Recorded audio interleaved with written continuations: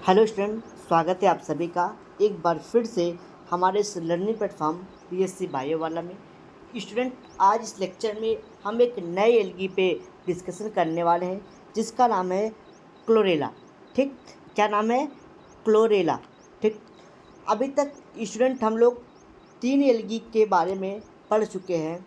यानी कि सबसे पहले आपको मैंने नॉस्टॉक के बारे में बताया, फिर आपको वॉलवॉक्स के बारे में बताया, फिर मैंने आपको हाइड्रोडिक्टियान के बारे में बताया और आज हम लोग चौथे एल्गी को डिस्कस करेंगे जिसका नाम है क्लोरेला। ठीक है, आइए समझते हैं जो क्लोरेला है इसका क्या क्लासिफिकेशन है, यानी कि सिस्टमेटिक पोजीशन की बात हम लोग करेंगे।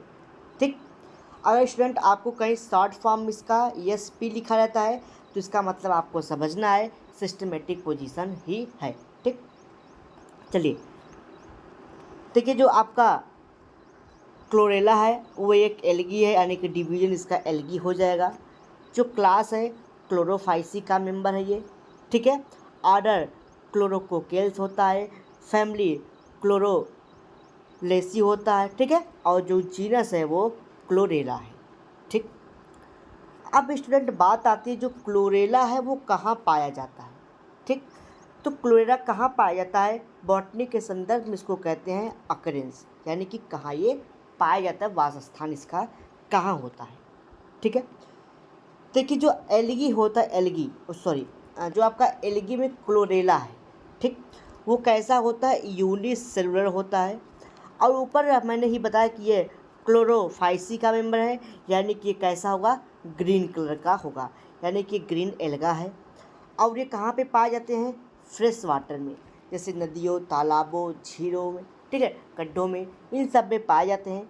साथ ही साथ ये ब्रैकिश वाटर में भी पाए जाते हैं, यानी कि हल्के गंदे पानी में भी ये पाए जाते हैं। ठीक है, चलिए आए टेरेस्ट्रियल। ये टेरेस्ट्रियल भी होता है, यानी कि पानी के साथ साथ ये टेरेस्ट्रियल पे भी, भूमि पर भी ये पाए जाते हैं। ठीक है, देखिए जो क्लोरेला होता है इसकी जो मोस्टली स्पीसीज जो होती है ना वो पैरासिटिक होती है। ठीक, सॉरी, जो इसकी ज़्यादातर स्पीसीज होती है वो फ्री लिविंग होती है, यानी कि अपने से भोजन पानी बनाती है और ये खाना पीना खाती है। ठीक, क्या होती है? फ्री लिविंग होती है।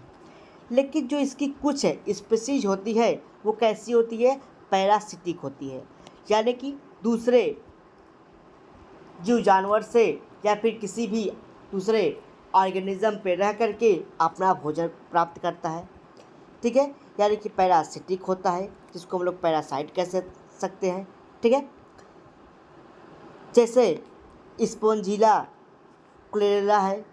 ठीक है, और देखिए कुछ एल्गी होते हैं जो कैसे होते हैं? सिम्बियोटिक होते हैं, यानी कि एक दूसरे के प्रति लाभ देते हैं, यानी कि किसी के साथ रहेंगे तो उसके साथ भोजन बनाएंगे और उससे क्या लेंगे? नरिशमेंट लेंगे। तो यानी कि ये सिम्बियोटिकली एसोसिएशन भी कहते हैं, करते हैं बड़े बड़े ऑर्गेनिज्म के साथ, यानी कि आप कह सकते हैं कि इनवर्टिब्रेट के साथ, जैसे हाइड्रा के साथ, पैरामीशियम के साथ। ठीक है, यानी कि पैरामीशियम, हाइड्रा, इन सब के साथ रह करके उसको क्या करते हैं? उससे भोजन पानी अपना लेते हैं। ठीक है, चलिए, तो ये बात रही अकरेंस के बारे में कि कहाँ कहाँ पाया जाता है। अब बात करते हैं कि जो इसका थैलस स्ट्रक्चर होता है क्लोरेला का वो किस प्रकार से दिखाई पड़ता है। ठीक, तो अगर आप जब कभी माइक्रोस्कोप से क्लोरेला को देखेंगे, लाइट माइक्रोस्कोप से, तो आपको कुछ इस प्रकार से इसका डायग्राम देखने को मिलेगा। ठीक है, यानी कि सबसे बाहर की तरफ आपको सेल वॉल देखने को मिलेगा, जस्ट सेल वॉल के नीचे प्लाज्मा मेम्ब्रेन। ठीक, और यहाँ पे आपको सी शेप का न्यूक्लियस क्लोरोप्लास्ट देखने को मिलेगा।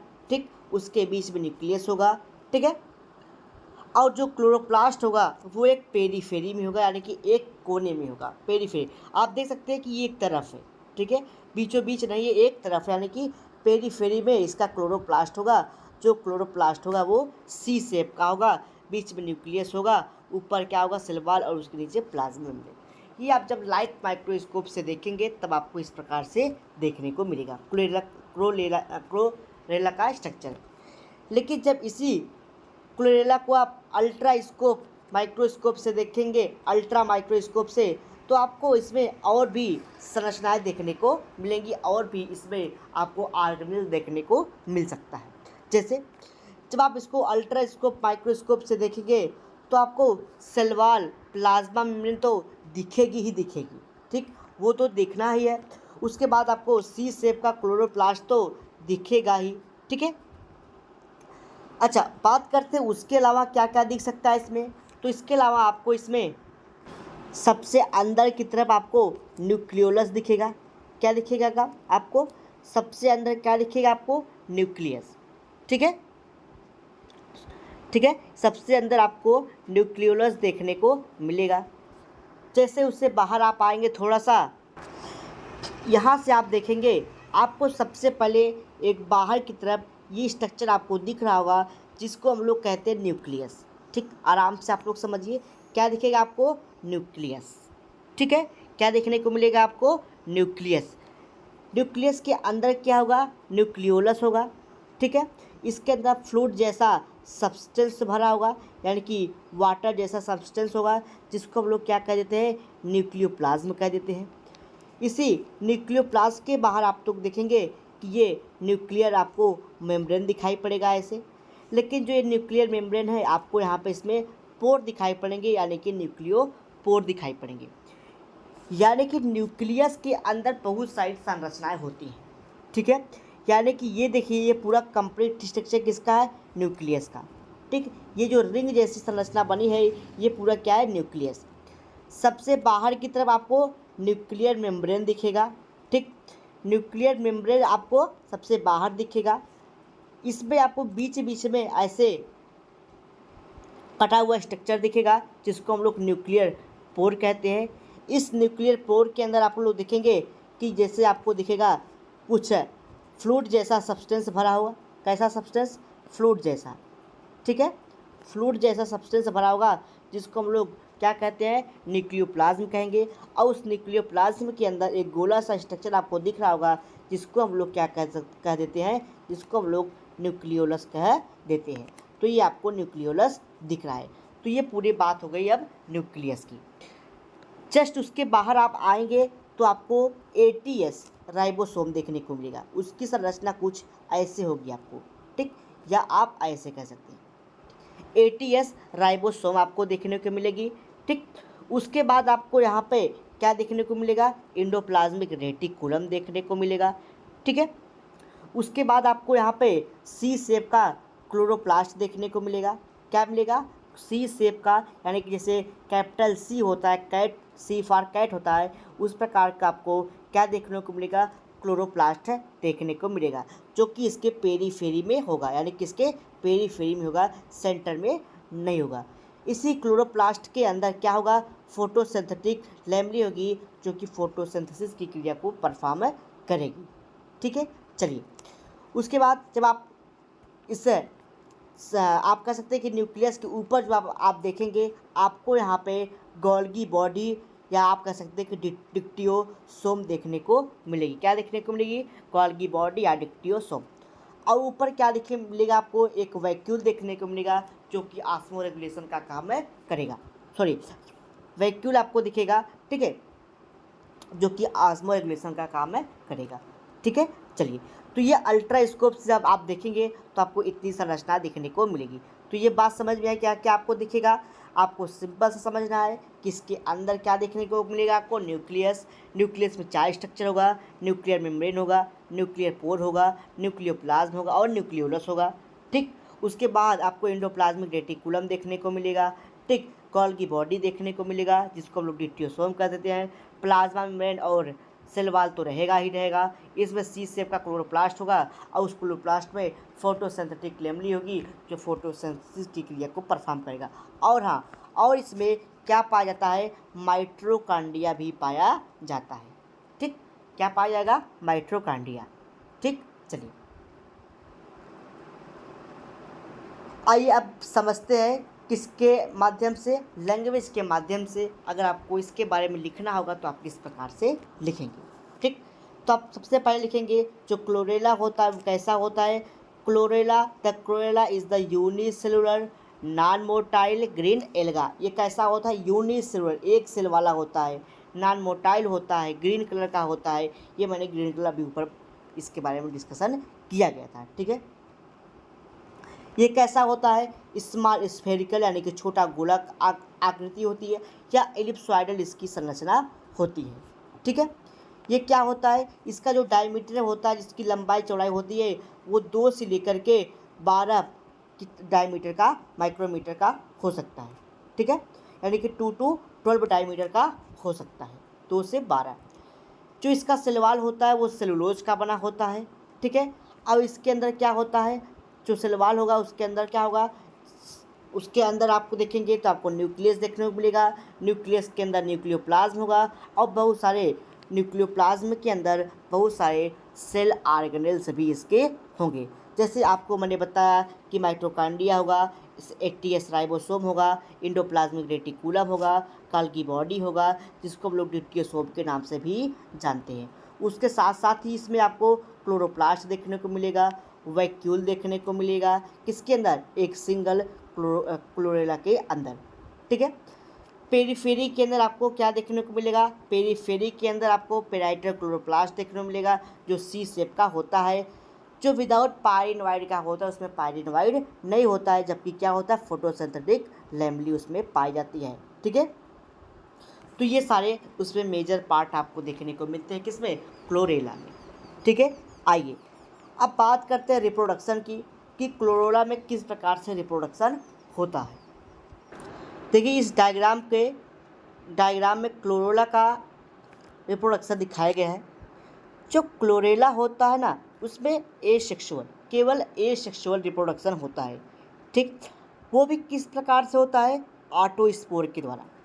ऑटोस्पोर के द्वारा क्या होता है, इसमें एसेक्सुअल रिप्रोडक्शन होता है, ठीक है। देखिए जब सपोज करिए आपको एक क्लोरेला आपको दिखाई पड़ रहा है, ठीक। जब इसमें ऑटोस्पोर बनेगा, ठीक, क्या बनेगा, ऑटोस्पोर, ठीक। तो क्या होगा, ये सेल अपनी साइज को इंक्रीज करेगा। यानी कि एसेक्सुअल रिप्रोडक्शन कैसे होगा, यानी कि जो ये आपका क्लोरेला होगा, जब इसमें ऑटोस्पोर बनेगा, यानी कि स्वयं से इसमें स्पोर बनने का प्रोसेस होता है, तो जब स्पोर बनने लगेगा तो क्या होगा, सेल की साइज पहले इंक्रीज कर जाएगी, सेल की साइज बड़ी हो जाएगी, ठीक। अब इसके अंदर जो साइटोप्लाज्म होगा, न्यूक्लियस होगा, वो डिवाइड करना शुरू करेंगे, किसके द्वारा, माइटोसिस के द्वारा। यानी कि 1 से 2, 2 से 4, 4 से 8, 8 से 16, यानी कि 2 से 16 डाटर सेगमेंट अपने अंदर ये बना लेंगे, ठीक। तो जब ये 2 से 16 यानी कि 2, 4, 6, 8, 10, 16 तक ये अपने अंदर सेगमेंट बना सकते हैं, ठीक। अब क्या होगा, जो ये क्लोरेला में आप मैंने बताया कि 2 से 8 फिर 16 क्लोरेला का छोटा छोटा सा स्पोर बन रहा है, ये नाइट पीरियड में या डे पीरियड में हमेशा बन सकता है। यानी कि ऐसा नहीं है कि जब सनलाइट रहेगी तभी इसमें डिवीज़न होगा, नाइट में नहीं होगा, ऐसा कुछ भी नहीं है, ठीक।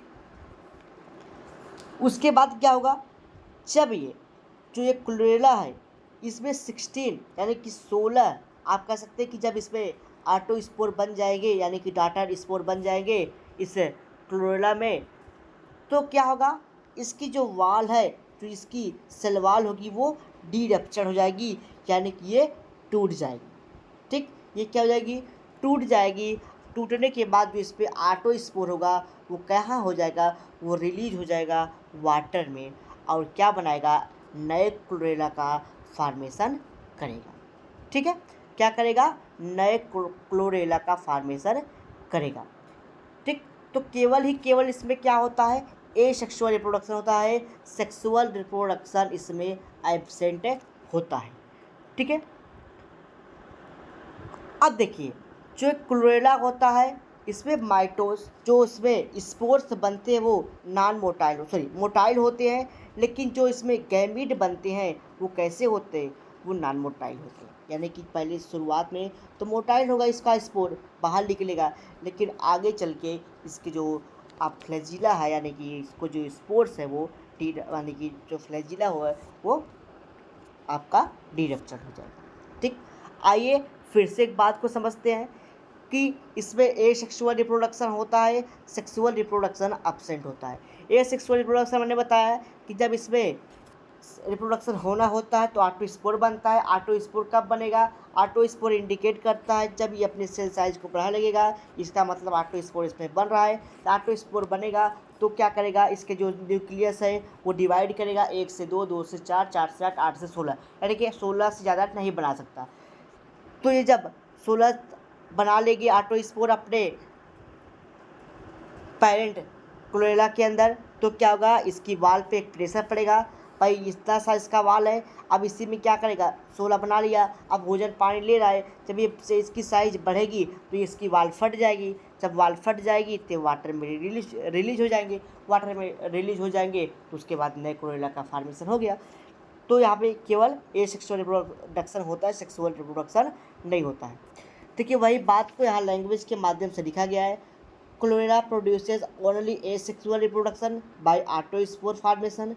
During autospore formation, the cell size increases and divided rapidly by mitosis 2 to 16, यानी कि 2 से 16 टार्टर सेगमेंट बनेगा। क्या आप कह सकते हैं कि प्रोटोप्लास्ट का फॉर्मेशन होगा। ठीक है, ये लाइट पीरियड में और डार्क पीरियड दोनों में हो सकता है। तो जब इसमें 16 डाटर सेल्स बन जाएंगे, ये फाइनली रिलीज हो जाएगा किसमें, वाटर में, और ये जो है कि नए क्लोरेला का निर्माण करेगा। आइए बात करते हैं इकोनॉमिक इंपॉर्टेंट ऑफ क्लोरेला। देखिए जो क्लोरेला होता है ये आपके एग्ज़ाम में बहुत कम देखने को मिलता है। क्यों? क्योंकि ये जो क्लोरेला होता है इससे बहुत कुछ देखने को नहीं मिलता। यहाँ से केवल इसके इकोनॉमिक इम्पॉर्टेंट को पूछा जाता है। ठीक, अगर आपसे पूछा जाएगा तो इस क्लोरेला के बारे में बहुत कम अभी तक देखने को मिला गया है क्वेश्चन। इसके इकोनॉमिक इम्पॉर्टेंट से क्वेश्चन देखने को मिलता है। ठीक, आइए इसके इकोनॉमिक इम्पॉर्टेंट को हम लोग डिस्कस करते हैं। पहला पॉइंट है, इकोनॉमिक का मतलब को होता है कि आर्थिक रूप से, यानी क्लोरेला हमको क्या क्या बेनिफिट्स दे सकता है जिसको हम लोग मार्केट में या दूसरे कंट्री में सेल कर सकें। ठीक है, ठीक है, it is used in the study of biochemical process such as photosynthesis.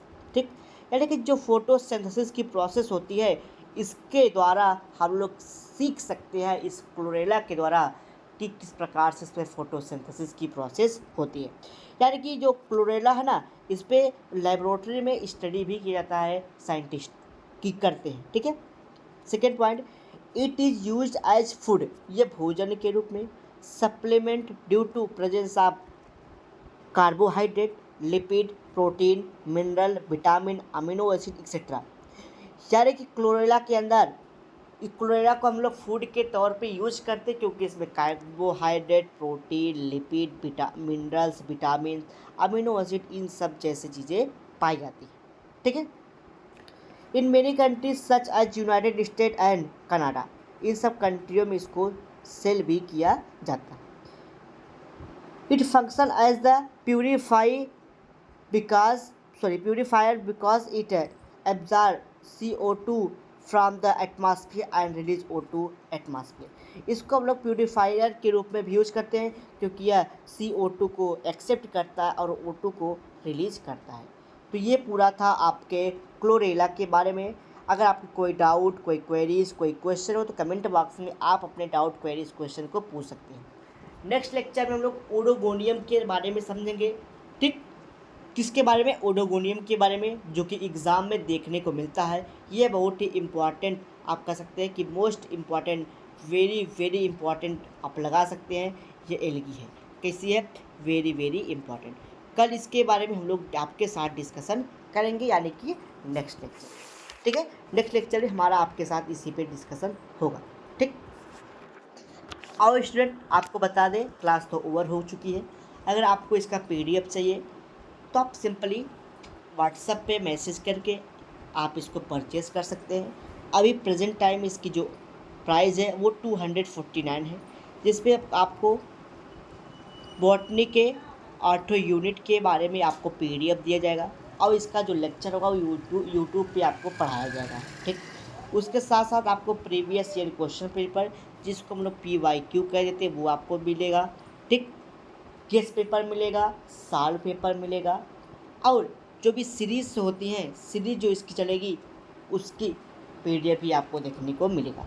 तो 249 रुपीज़ में आपको PSC की आप कंप्लीट यानी कि फर्स्ट सेमेस्टर की तैयारी कर सकते हैं विदिन 249 रुपीज़। ठीक, तो आपको अगर बैच लेना है तो आप अभी ज्वाइन कर सकते हैं, क्योंकि आपके एग्ज़ाम में काफ़ी ये हेल्पफुल होगा। ठीक, चलिए मिलते हैं नेक्स्ट लेक्चर में नए टॉपिक के साथ। ठीक, अगर आप हमारे व्हाट्सअप से नहीं जुड़े तो फटाफट से जुड़ जाइए। हमारा व्हाट्सअप नंबर है 9598308044। क्योंकि कभी कभी जो क्लासेस होती है, इतनी ट्रैफिक होने के कारण, यूट्यूब पे इतनी ट्रैफिक होने के कारण जो क्लास का नोटिफिकेशन वो आप तक नहीं पहुंच पाता, इसलिए आप लोग व्हाट्सएप से ज़रूर कनेक्ट हो जाया करिए।